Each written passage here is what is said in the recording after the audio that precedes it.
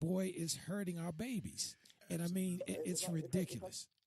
If I could jump in for 1 second, Sure. this is Kevin again. I always say I say to people in general, I think we need to practice something I call the 3 C's: context, compassion, then you challenge. And I feel like all of us have been laying out the context over and over again. We've talked about poverty. We've talked about celebrity culture. We've talked about a range of things: hurt people, hurt other people. That's the context of it.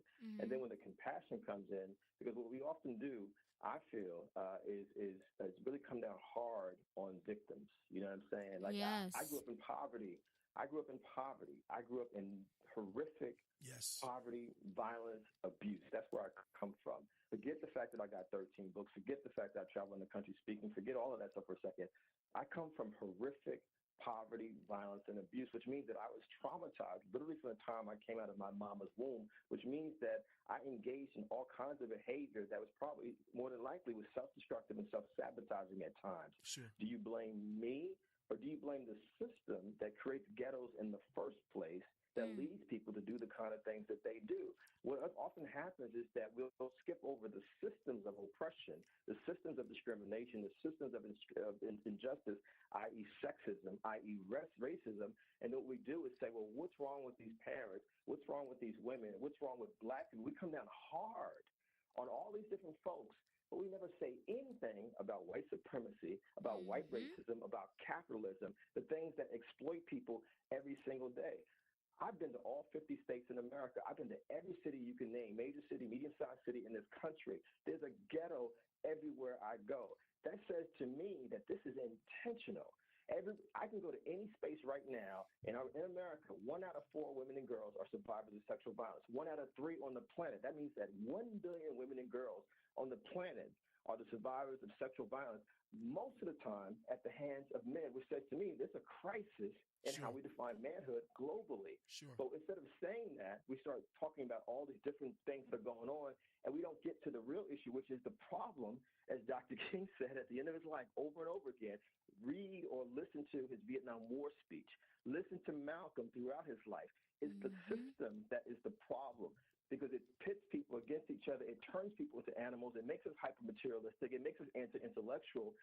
And then you put all this weight on people, and then you tell them, get up off under that weight, and you need to figure this thing out. No, the problem is the system that produces people, not just the R. Kelly, but the men in the barbershop, the Harvey Weinstein, the Bill Cosby's, people that we don't know who engage in destructive behavior towards women and girls, just like the system brainwashes and teaches white people that they're superior and the rest of us are inferior. Donald Trump is just a symptom. We could get stuck on Donald Trump and R. Kelly all day, all night on all kinds of conversations. Sure. But then we're ignoring that there's a whole range of people who engage in the very same behavior. They're simply not famous. And so that's what I want us to focus on, because it really is what Dr. King was talking about. This is about power and privilege, you know, and we need to, if we're serious about justice, and then we got to be serious about challenging the power and privilege, because the last thing I want to do is condemn my own people, condemn poor people, or condemn women, you know, or condemn parents for trying to do the best that they can and give the system a break over and over again, because that actually, to me, is cowardly. It doesn't take courage to condemn those people. It takes courage to say white supremacy, capitalism, and patriarchy are the oppressions that we need to name on a consistent basis. That's how I feel as an activist and as a leader in this country. Yeah, and you know, Kevin, you raised some good points, but the other thing with that is that even though we've dealt with some horrific things over the years, you know, everything from Jim Crow to, you know, EEOC issues and so forth, I still think that we still have an obligation to have the mama bear syndrome. Now, I absolutely agree. There are some crazy things that have happened out here, and I'm sure all of us could probably fill this room with stories of injustices. Sure. I just and what I mean by that is that there were some symptoms that were very obvious when this thing was going down, and there's still obvious symptoms that people. I know as we watched it the other night, it was like, what? Wait a minute, what?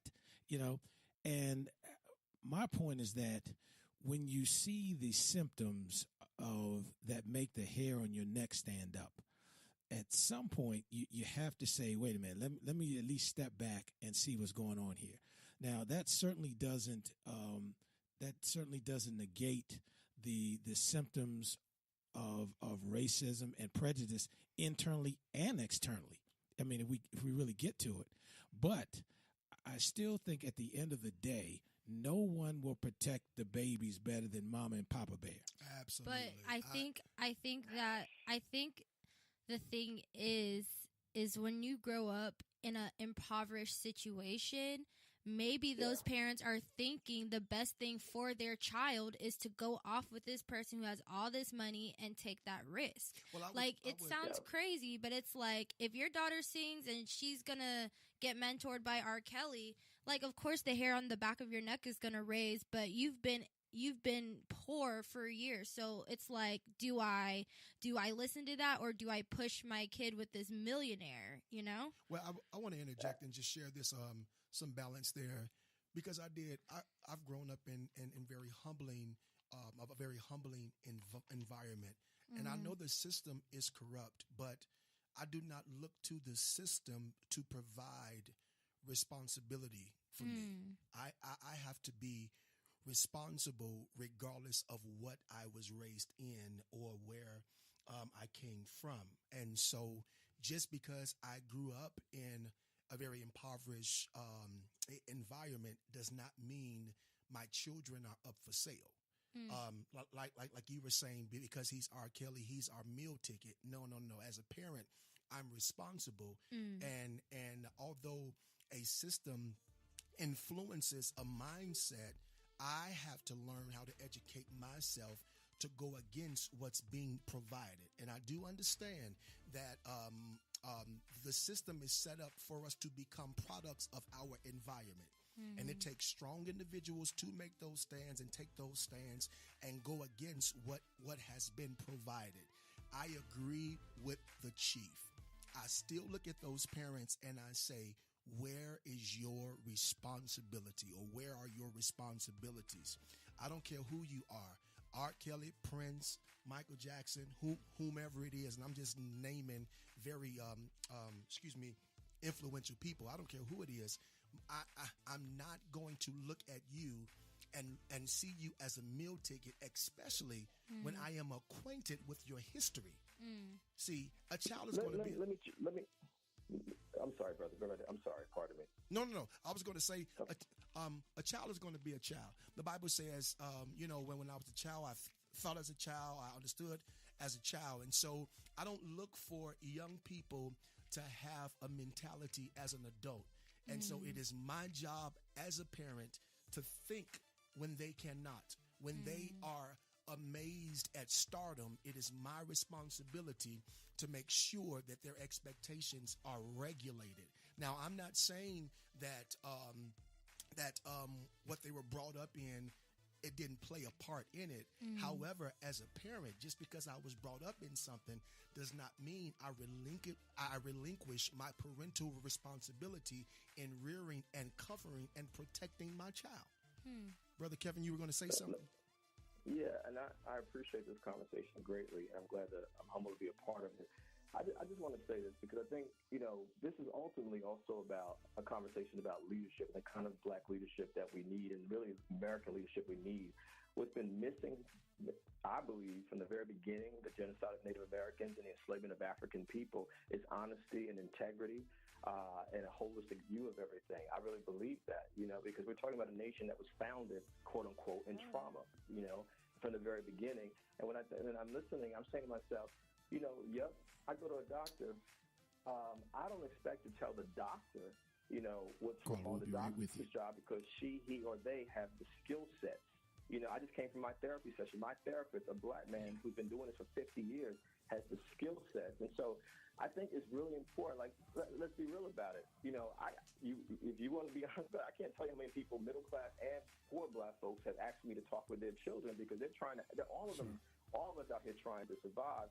Right. And what I'm getting at, well, let me finish with all due respect. What I'm getting at is that I just don't want us as leaders, because just having a platform, it doesn't matter what the platform is, that we fall into a kind of elitism where we're victim blaming and we're saying, well, the system. Let me say this with all due respect. The first 18 years of my life, I was a self-hating Negro, a self-hating Black person. I knew nothing about Black history, Black culture. I didn't have the skill sets to articulate anything about what was going on. Once I became woke, as we say in these times, and that took very serious study over the course of several years, digesting things about African American history, Afro Canadian, the Caribbean, Africa, all of it. I had to go from move from self hatred over to self love. And then I had to manifest that self love in action as a servant, like Jesus, for our communities. Right. And so what I'm saying is, let me finish. I've been doing this work for a very long time, so I'm able to I can look at the whole picture. But it's unfair for me if I work with a person whose family member was killed by the police, for example, to say, well, y'all need to step out there and be prepared to deal with this thing when they have had no experiences whatsoever. You know what I'm saying? In this space, they don't know. They simply don't know. And it's our job as responsible and accountable leaders to love our people unconditionally, not with conditions, right. Unconditionally. Practice the 3 C's. I'm going to say it again. What's the context of why people are behaving the way they're doing? Have compassion, which is the love, like Jesus did. And then you can challenge, because you challenge with love and context, and you're also helping people to get the tools that they need so they can do this stuff for themselves. Because the best thing that a leader can do is to teach other people how to be self-empowered, how to be leaders. That's what's missing from the conversation, because part of the problem is there's a bankruptcy, by and large, with Black leadership around the country. And I'm talking about all of us. Talking about all of us. Good. Where I've been a part of this conversation so many times in the past 30 years, where it keeps coming back down to blaming the victims. And I'm saying, hey, have we forgotten the messages of Fannie Lou Hamer, Ella Baker, Dr. King, Malcolm X, W.B. Du Bois, Paul Robeson, a wide range of sisters and brothers? We never said that we're not going to do anything because the system is oppressing us. Our whole history speaks of the resiliency of Black people. But what I'm saying is, as a leader, the last thing I ever want to do is let the system off the hook, and just more conversation is focused on these people as if they're not our people. I think that's very dangerous. And that's when we start to move from self-love back over to self-hatred. And I can't support that. I just can't support that. And Kevin, you bring up some great points. And we have a caller here that's been holding. And caller, you're on the air with Straight No Chaser and our guest, Kevin Powell. Go ahead. Hi. I just wanted to speak on the terms of the effects of what's happening. I know we're targeting R. Kelly, but I'm looking at the effects of what has been happening with R. Kelly, and how so many of our young people, those especially the millennials, are actually trying to copy him because they see him as a worshiping person. Now, R. Kelly has been speaking about his faults and his fantasies in his music for years. And just recently, he said, I've been asking for help all these years and no one has helped me. He said, so I challenged people to help me. They didn't help me. Now it's too late. It's 30 years. It's too late. So he's becoming even more damaging. And in that 19-minute song that he put out, talking about, yes, he admits he did everything. He's guilty. And it's too late. It's too late for everything that has happened. Of course, that's what he's saying. But then the courts are using a system that is in the books. Just like some judges determine that they're going to try to kick him to the curb, but they have to use the books. My concern is the young men and the young women who feel that it's okay. We're not, all of us are saying it's definitely not okay, but there are some young men and women that believe that what's going on with R. Kelly is okay. For instance, R. Kelly is actually a sexual deviant. It didn't just happen. It's been over the years. Whether he was molested before or not, it's just he grew up being a sexual deviant. He has fantasies that he wants to act out. And there are women who have fantasies. They want to act out, but women don't act out their fantasies like men do. It's not unusual for a woman or a young girl to go out. She's going out against her parents' will and staying out with this person overnight. Ends up, I had a case where someone spoke to me that it ended up that they were there in this man's house, boyfriend they called, house with no clothes on and no food, and had been there for 2 days waiting for him to return. And the guys think it's funny. Oh yeah, that's right. And then there are some cases I've heard where the men ask their so-called girlfriend to act out the sexual exploitations in front of others. That's not unusual what's happening. You look at the picture of 50 Shades of Grey. Dakota Johnson is beautiful.